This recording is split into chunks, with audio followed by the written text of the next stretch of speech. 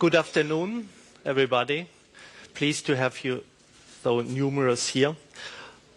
This afternoon session is about promoting public understanding of science and technology. My name is Thomas Friedrich. I'm science editor for the German newspaper Die Welt, based in Brussels for 15 years now. Promoting public understanding, it's not a new issue. Already in 2006, the European Commission launched an initiative and a program called Science and Society and dedicated the amount of money from 100 million euros to bring science and research topics closer to European citizens.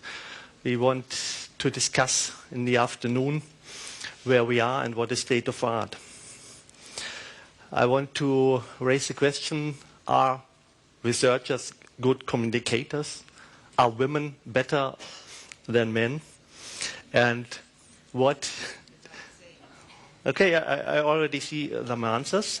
So, in the contrary, I hear already the answers. In the contrary to the normal procedure, I want to address some questions to the audience in the beginning. Normally, as you know, at the end of the session, time is running away. So I want to ask you, do we need better communication in the European Union? I think that's an obvious yes by any, what do you mean by communication? I think you always need to communicate more wherever you are, really. We are talking about science and research.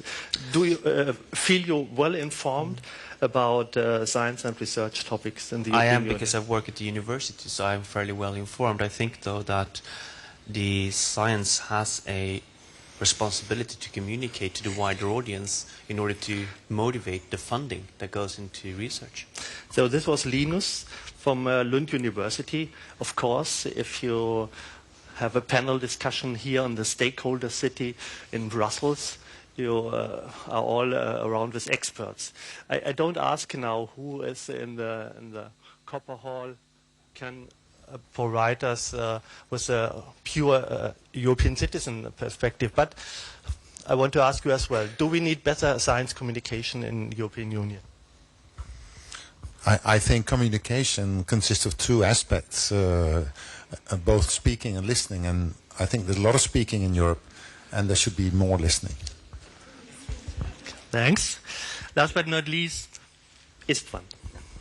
You know, I am almost 31 years as a science journalist, so it is a bloody question, because I know it is really essential to have a much stronger communication between the science and the society, and there are big lacks and there are big gaps still now. Okay, last but not Europe, Andy.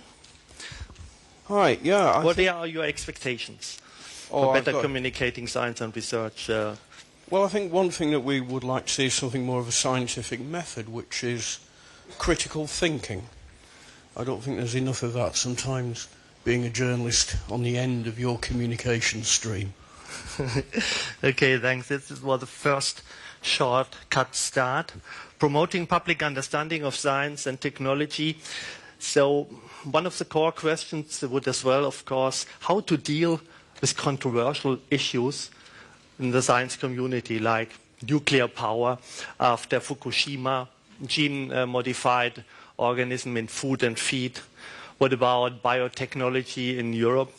And how will we deal with safeguards in nanotechnology, a hype topic which will come up in the coming years? I'm delighted that today we have an excellent communicator we will listen to. Professor Richard Dawkins has established himself as a biological guru. With his publication of books, he has clearly shown that communicating complicated research and science topics is possible. And he's among those few excellent communicators in Europe, and he proved it to bring complicated matters to the public. Dawkins has been, and I quote now, has been concerned to convince the literate public that they must now take evolutionary theory seriously as a context within which to think about ourselves and the world. It was Richard Dawkins who expanded in his books upon the Darwinian theory. Professor Richard Dawkins is the winner of the International Cosmos Prize in 1997 already, and he was the first holder of the Charles Simonyi Chair for the Public Understanding of Science. He graduated in Oxford, and I will not mention all the books he wrote, but I recommend heavily to put it under the Christmas tree. He started in 1967 with The Selfish Gene, and one among his bestsellers, River Out of Eden. And just recently, in September 2011, he published the book, tell us, The Magic of Reality. Okay, thanks a lot, Professor Dawkins. It's a pleasure to have you here. The floor is yours.